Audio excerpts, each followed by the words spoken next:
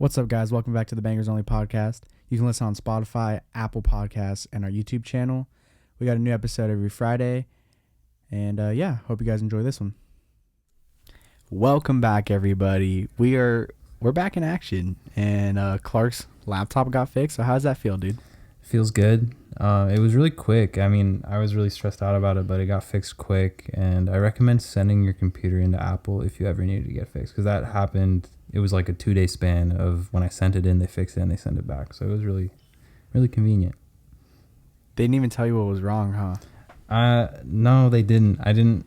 They sent like this note with the package with the computer in it, but like I didn't really understand what it was saying because it was like saying parts that they replaced, and I don't really know what like parts of the computer are.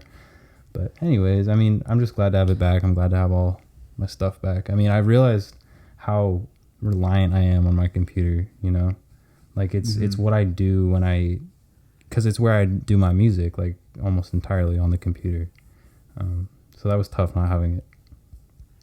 Yeah, I remember I was stressing for you too. I was like, dang, what are we gonna do? Like, Yeah. like there's so much like I know you had on there, you know, music wise. Like we were working on that one song. Like, dude, all that work could have been gone. Yeah, I know. And but like I was thinking, if I don't get my stuff back, because I hadn't backed my computer up since March, because I'm a dumbass. But if I didn't get it back, I would have gone into like such a musical depression. Because you know how like if you make like think about if you make a whole bunch of songs and then like that's a whole bunch of progress, right? Like it was months worth of progress. I'd made probably like 10 beats since March, something like that.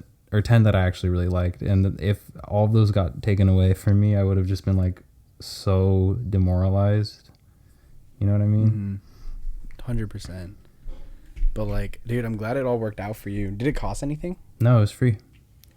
Free? Yeah, Pretty bro. clutch. I know. So I guess like fucking hit up Apple, you know? Yeah, props to them for helping me out. Yeah, hit up Apple if you know your computer messes up, and remember to back up your hard drives. Yes. If there's anything we learned from this experience, it's back it up and send your computer to Yes, Apple. and don't update your computer when the new updates come out, because that's what did it to my computer. Oh, seriously? Yeah, because I was updating to the Catalina operating system, and once it got to the restart phase, it literally just didn't turn back on. So I don't know. I'm scared. My computer tells me all the time to update. But don't do anyways, it. I won't. At this point, I won't. I'll just keep saying, remind me tomorrow. Yep. All right, man. Well, here we are. We're back at it. We're in our element. Let's get it going. Yes. Yeah. So today or tonight we're talking about Mereba. I think that's how you pronounce her name. I actually don't know. I just say Mereba. Mereba. But yeah, she's someone that I think we've heard a few songs to prior to listening or to preparing for this episode. I personally hadn't listened to her albums in full in their entirety up until I started preparing for this week's episode. But yeah, she's a 29-year-old artist. She was born in Alabama, and then she lived in North Carolina until she was 4, and then moved to Philly to go to high school and grew up there. And her, do you have any other information on her background? Yeah, I know right now she's a part of Spillage Village. They're like a music group, kind of like Dreamville. I feel like they're kind of like a subgroup of Dreamville, because Earth Gang, JID, and Mereba are part of it, you know? Yeah. But Earth Gang and JID are the only ones part of Dreamville. It's kind of weird.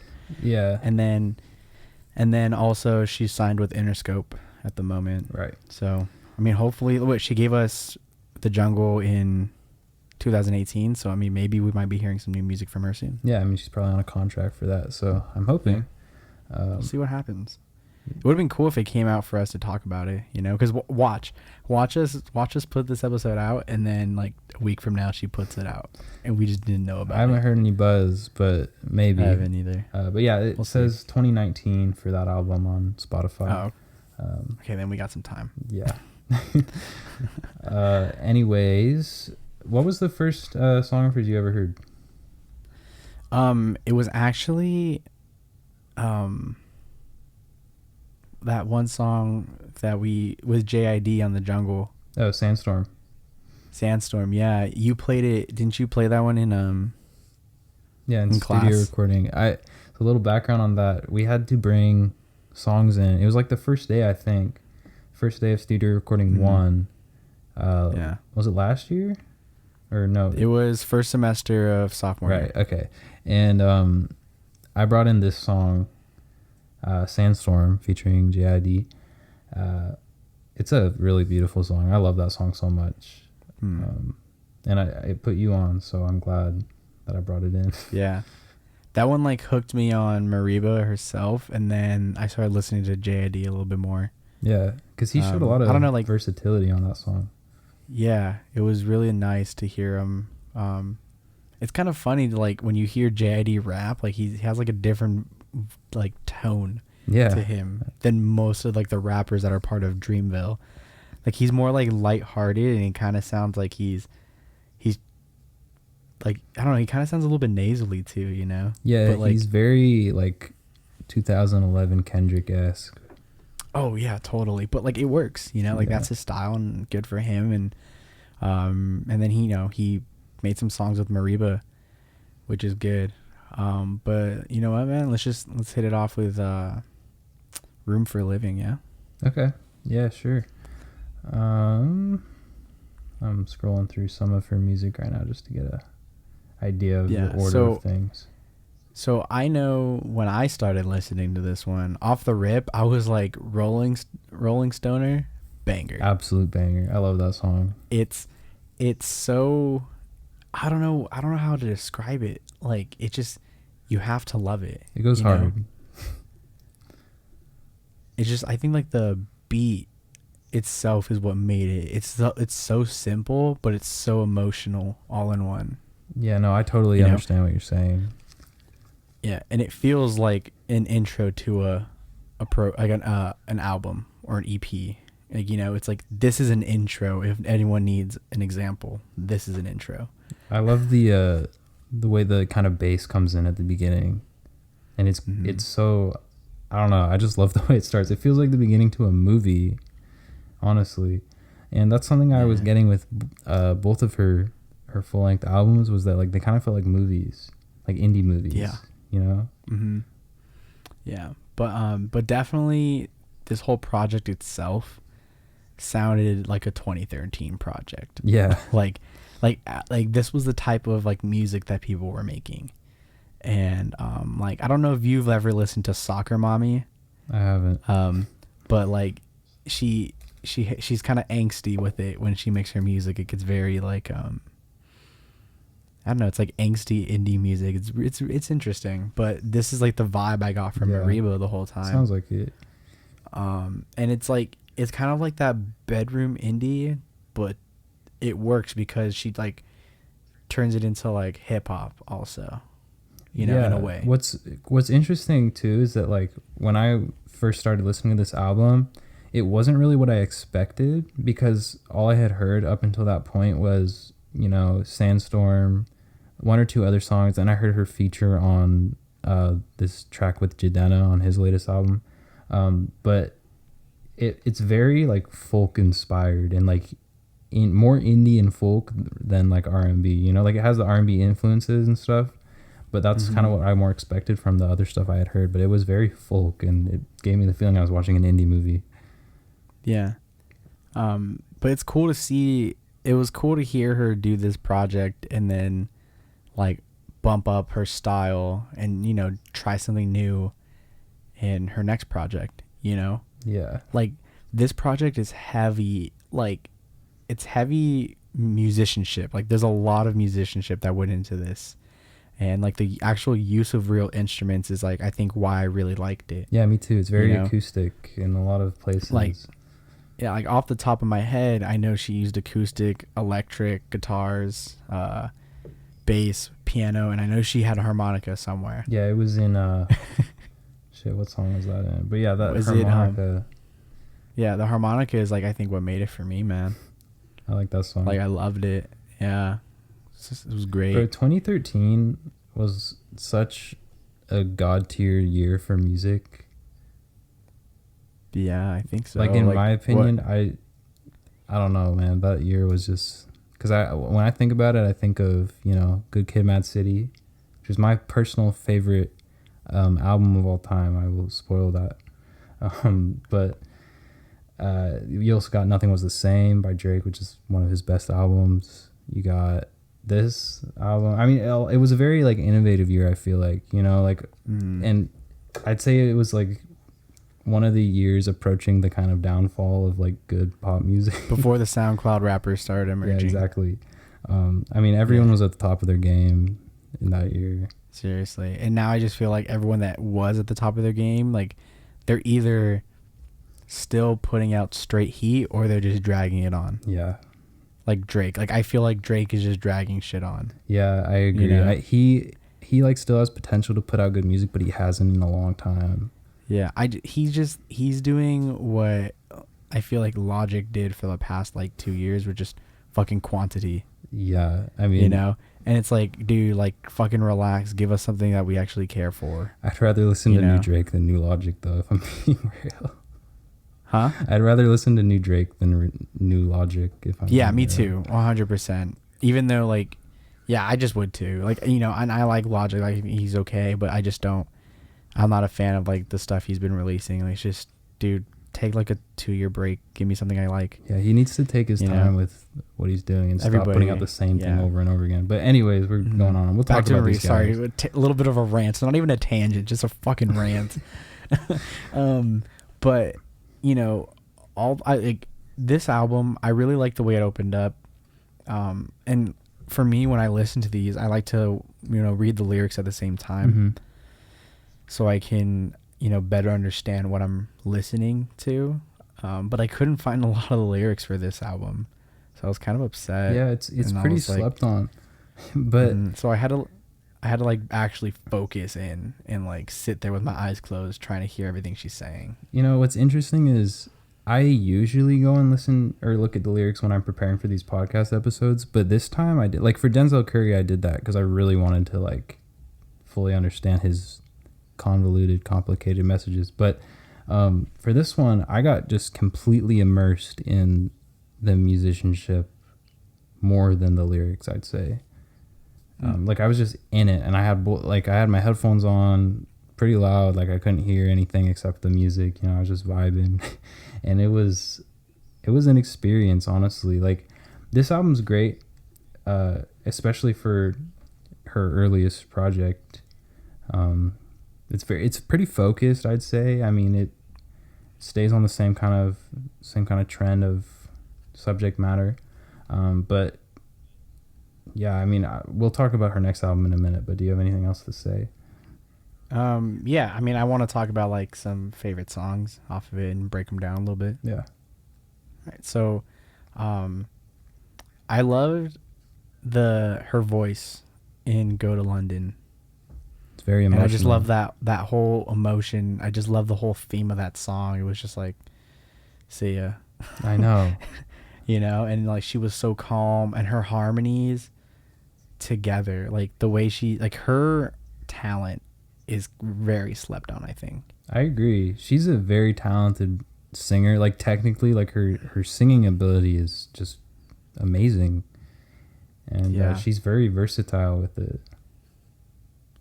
I don't know, like, how she, you know, it just was so calming, and it's trippy because, like, it's crazy how she went from this, like, a song like "Go to London" to "Sandstorm." Yeah, I know. You know, and that's the part that, like, I think I was so happy to hear, was just the versatility she had, the talent, and like the musicianship she has. Like, it's incredible. It's that natural talent, you know, like, starting out, like, there is a pretty night and day change in the production between her two albums, I'd say. But in terms of like the quality of her singing, I mean, she's pretty spot on both of them, I'd say. Mm-hmm. And I think what I liked about the subject matter of this is it's not that it wasn't anything we haven't heard ever. Like, you know, she sings about a lot of the same things, but the way she did talk about everything was unique.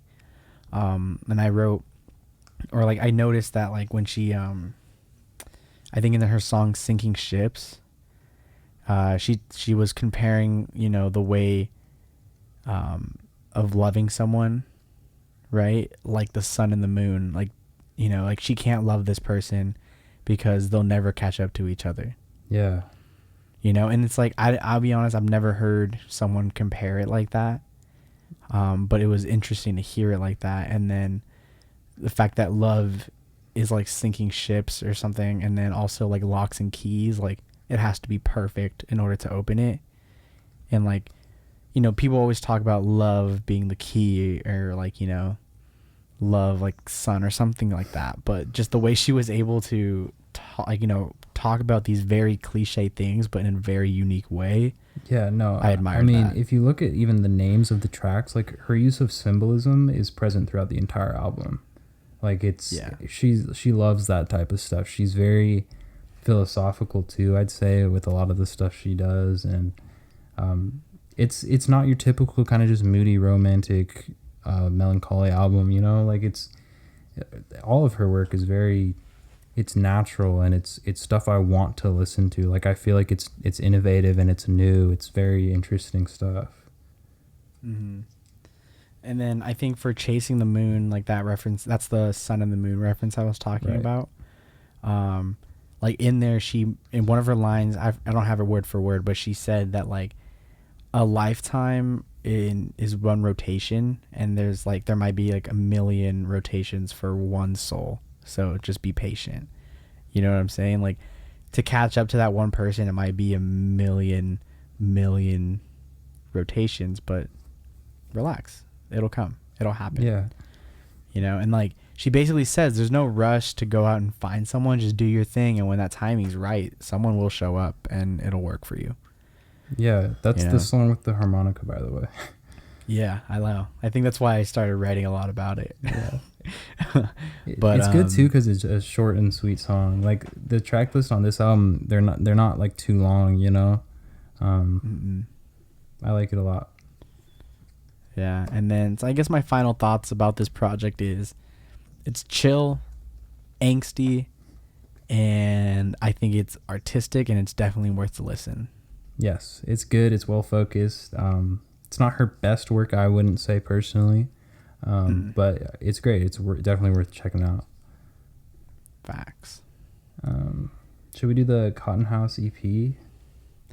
Honestly, the Cotton House EP, I listened. The thing is, like, she released all the songs on there as singles, and then just decided to put them on there. Yeah, I know. All at once. So like, Go to London is on there, so I was like, what?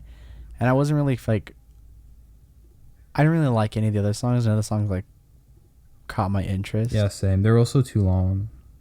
Yeah, so I was like, no thanks. Yeah, I mean, like they all average like 4 minutes. Yeah, it was a little tough, so but I was like, no thanks. I guess but we can just do Jungle is the Only Way Out then. Facts. Let's do it. You want to start off? Sure. Overall, I'd say this album's a total banger. I love it. It's fire. It has a lot of great tracks on there, and its use of features is really interesting too. There's only 2 on here, and both of those songs are phenomenal. It just, the sound on this album shows how much she has evolved, and what she kind of prefers to stick with now. It seems like she's more rooted in the R&B side of her music with this album. It's the folk influence is still there, but it's a lot less than her previous work. But both in her production and singing style, it maintains the indie influence, but it's mostly R&B now, and she does have a little bit of hip-hop in there, which is really interesting to hear at times.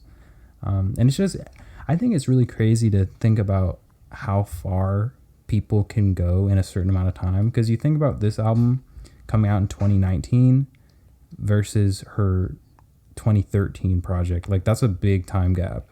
6 years. 6 years. And like, I just think about myself. 6 years ago, I had probably just written my first song, maybe. And that's just a crazy time jump for me. Like, it shows how much she you know, how much time she had to really figure out what she wanted to make with in terms of music. And it really seems like that, because this is such a cohesive project. I mean, it just blends together like butter, you know. But like when I listened to this, I was like, all right, like the way she's able to blend folk and R&B and like make it work was trippy to me. Like I didn't think those two genres should ever be together, but she did it. I know, it's interesting. Like in Kinfolk, like Kinfolk is the representation of what I'm talking about. Yeah. Like it's super folky in the way she's singing, and then she has fucking like trap beat going on behind it. You're like, what? I know. But it's so good. Bro, that's one of my favorite songs on there. But yeah, her voice is very folk. Like I could hear her voice in like an indie band, you know, like the sound of it, the tone of it, I mean, it just kind of sounds like that. But then she just goes and makes all types of music, and it's great. And the overall production quality of this album is so good. It's one of the best, like, noticeably, like sounding. You know, like there's times where you can like slightly notice, but this one's drastic. Like, you know, it's better. Yeah, and it just, like I said, it just all blends so well together. Like, and this one especially felt like a movie. Like the way it started and wrapped up. Like, I was like, oh, I was just on a spiritual journey, and I felt like her vocals were way more clear in this project, because like in Room for Living, you kind of like felt like her vocals got drowned out by all the guitars and everything going on, but in this project they were able to like, or at least whoever her team was able to like pull her voice out while still having all the great music going on behind her. You know what I'm saying? Yeah. Something I'm wondering though too about the production is if she makes her own beats, because on the song Planet You, she said, I made this beat. Like, she literally said that in the song. So I'm like, wait, does she do that as well? Because that would be pretty crazy if she produced the beats for this thing too. Maybe, I feel like she probably, you know, makes some beats. Maybe this was like an older like beat that she had. Like she probably started working on this after like, you know, Room for Living, and then she just yanked it out of like the to-do pile. Yeah, because she wouldn't really like say I made this beat if she made all of them. You know what I mean? Yeah, like if she made all of them. But like I feel like, you know, like Kenny Beats like makes beats for everybody, and people work with him. You know, there's a lot of producers, so I feel like she did have a team, I'm sure. And, you know, she probably had like 3 different producers, you know, produce all these 13 tracks for her, but she probably made this beat kind of like what we do, and then someone else like produced the hell out of it. Yeah, probably. Because all those tracks like are mastered the same way, you know, they all have that sheen on them. But yeah, I just thought that was interesting that she said that, because that's pretty cool. Yeah. But yeah, I love Kinfolk, but Sandstorm is my favorite song of hers on here. It's an absolute banger. Yeah, I liked Heatwave. Heatwave's just because Black's feature was insane. Bro, that song is hard. The bass in that song, it just like, it shakes my headphones. But that when you actually get to Heatwave, that's when her style totally flips too. Yeah, like she starts going way more into R&B, and she kind of leaves like the folk behind her. But in every song, you can low key kind of hear it. You know, there's the influence, but she's definitely moving on. Like, which is cool, because like I think it was kind of symbolic also when you listen to Dodging the Devil right before Heatwave. Like, it's like spoken word, you know.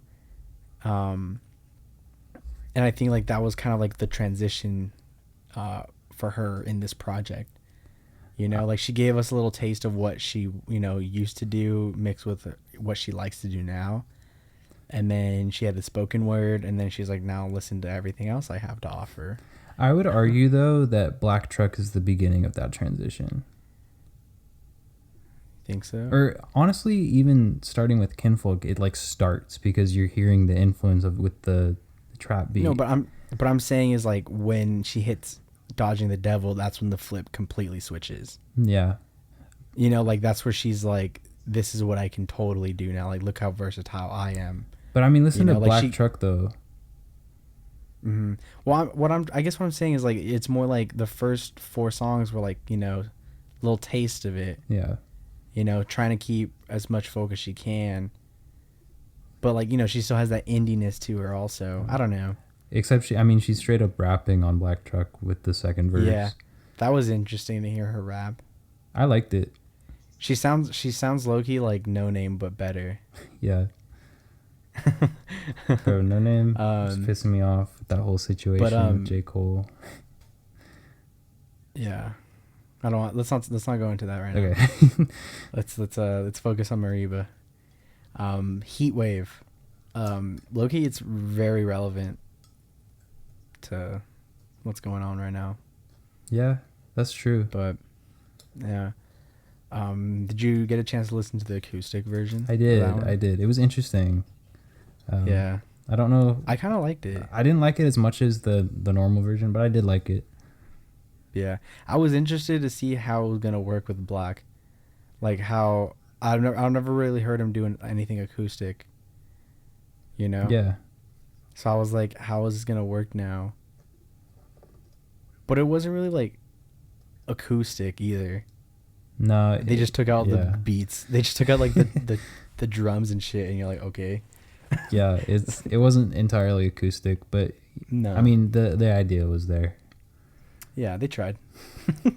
One thing I will say is that I think that the album should have closed with Sandstorm instead of Souvenir. Why is that? It just, I don't even know how to explain it, but like just the energy of Sandstorm felt like a perfect closer to this album. And Souvenir was great. I liked it, but I think it could have been better, honestly, if just those songs were swapped places. I actually did some research on Souvenir, and I have like a quote from Mereba. Oh, really? Yeah, so she said, and this is honestly, I like the way it ended like this too. And I don't know. Anyways, I'm going to just read it to you. She said, Souvenir is an ode to the best trip Lucy and I ever took. I don't know who Lucy is. I don't know. Like I think it's this girl Lucy like Dacus or something like that. I don't know how to say her last name. But she's another artist, and like I've listened to some music by her too. I don't know if they're like friends or like I don't know like what the deal is with her. But Lucy is someone that Mereba is, you know, she's friends with at least. Anyways, she says, the best trip Lucy and I ever took. The next morning, I wrote the way I described the colors on Earth to the angels/extraterrestrials I had met. The song became a souvenir from my Lucy trip, and the lyrics became a souvenir from the earthly experience. So basically, like the reason, like the way it ends like this because like it's just like the best time she had with this person, you know, and then the lyrics are straight up like how she's describing all the things on Earth and how she sees them. Yeah, the whole colors thing I thought was really dope. Yeah, and then there's a line in there. I remember it said something about like green. It was talking about green taking away the blues, right?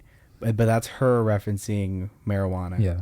Saying you roll it up and then that'll take away your sadness. It's just like that line on Privilege by The Weeknd where he says, I got 2 red pills to take the blues away. Yeah. You know, like that's like this straight up what she's doing, you know? And that kind of goes back to the whole, like she talks about, you know, she sings and talks about all the stuff we've heard before, but she does it in such a unique way, like she did with talking about the colors. You know, like, yeah, everyone knows weed is green, you know, but the fact that she like, it's more of like you have to look kind of like deeper into that, you know, it's like, oh, okay, she's talking about weed. It's not something else. Yeah. You know? No, it was a cool track. I don't know. I was just mainly, cause I didn't do that research, but I mainly was just talking about how I felt like with the vibe of Sandstorm. Like it really felt like an excellent closer, just especially where the song ends. Like it's so beautiful. Yeah. I agree with that. But I think for me, why Sandstorm stood out the most to me was because, one, you had showed it to me. And it was like the first song I heard from her, and it's like, this is Mereba, this is who I know. Mm-hmm. And it was great, you know. But then, you know, as I listened to it as part of the whole track, I just realized that there's so much creativity that went into this project. Yeah. You know, with her working with JID, and you know, it's simple what they did, but the way it worked was like powerful. Bro, it was just, you know, perfectly executed. Like it really felt like it was two people talking to each other, sharing their perspective about this kind of conflict they're having in a relationship. And Jid he just perfectly grabs onto the vibe of the song just so effortlessly, and he basically molds himself completely into the track in terms of how stylistically he chooses to go about writing for this track, and it works so well. It just, the way they kind of go back and forth, and then the way the song opens kind of with both of their vocals, you know, it's like they're separating in the song and then they come back together. It's really cool. Yeah, and it really feels like a conversation. Yeah. And it's hard to pull that off in a song, I think. But they did it so well. And I could just only imagine, like, what it sounded like to record it. Oh, my God. You know? Yeah. Like, to sit there and listen to them, like, if they did it on the same day, you know, watching them both, like, just have fun. Oh, they had to have, just given the chemistry, you know, on that track. Like, yeah, the chemistry is, I think, what made it. Like, you hit it on the nail right there, just saying chemistry. You know, like, that is what made this song, was the chemistry they had, you know? Yeah. And it's one thing to have a feature just because, fuck it, I want to have a feature. Yeah. But when it actually works and you guys are, like, fucking vibing, like, dude, this song will put me in my feels, you know? Just because I know. It's, like, it's just so beautiful. Two people, man. It's great. It's beautiful. It's a great track. That's my favorite song of hers, I will say. Mm-hmm. It ends so beautifully, too. Like, the piano. Oh, my God. It's, like, it's playing the same melodies that they were singing, and you're like, oh my God. It's so good. Are they okay? Are they happy? Oh my God. You know, it's like, it's kind of like, it leaves you like questioning, like, what's next? You know, what's next for those two people? Yeah. But fuck. It's incredible. I love it. Go check it out, everybody. Definitely. Sandstorm is the move. But yeah, Jungle is the only way out. Beautiful album. I loved it. Felt great. It felt great to listen to. Like, I felt happy when I listened to most of her music, at least. Like, you know, I wasn't scared like when we listened to Night Lavelle. I wasn't angry when I listened to Doja Cat. Like, dude, I was actually excited to listen to all this. It was great. I mean, I don't know, just the energy. It's hard to explain. She has a good vibe. Yeah. She has a really good vibe to her. Like, I hate saying just like the vibes are good because it's kind of like basic, but literally like the vibes were just good. You know? Yeah, like you listen to her music and you already know what type of person she is. Yeah, exactly. You know, and it's just like, it's so great, like, to be able to feel that and like see that in a person just through their music. Yeah, man. Like, we could say all types of technical music stuff, but honestly, just for me, it's the vibes, the energy. Definitely. But did you listen to Yo Love? Oh yeah, totally. I had that on my playlist for a while. Yeah. What I thought was interesting is that that's her most popular song. I think that's because of it being a track with Vince Staples. Oh, facts. Yeah, and Black. It's like I think it gets the streams from Vince Staples, Black, and her. It's like, that's why it says it's most popular. Yeah.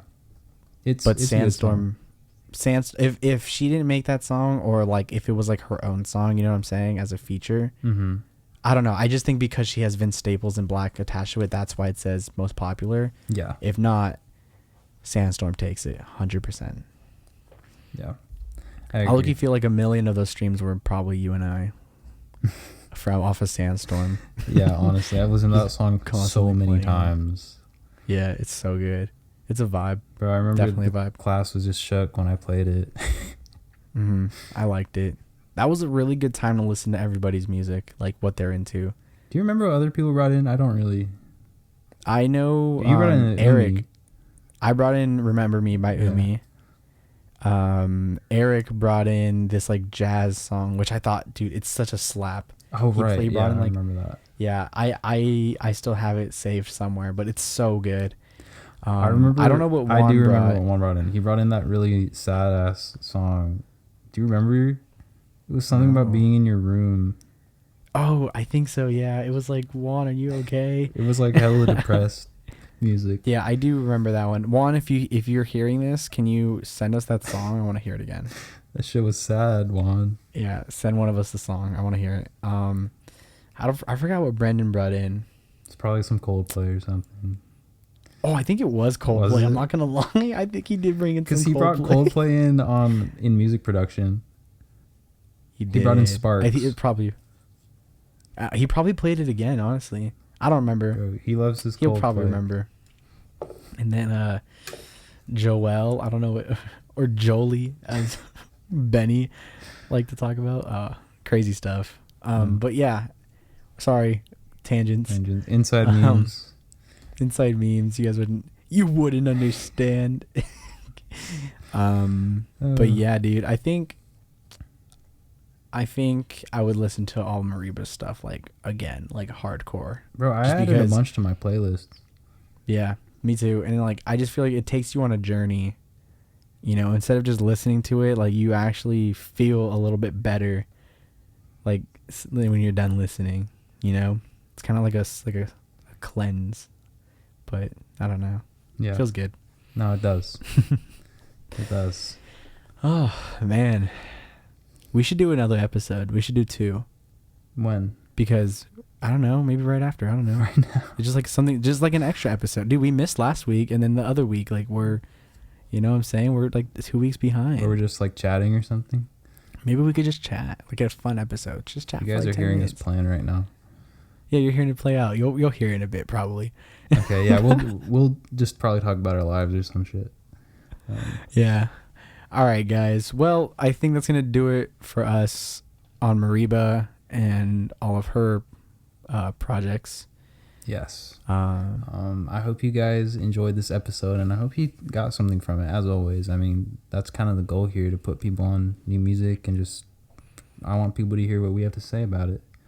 It's some great stuff that we listened to this week, so I advise everyone to check it out.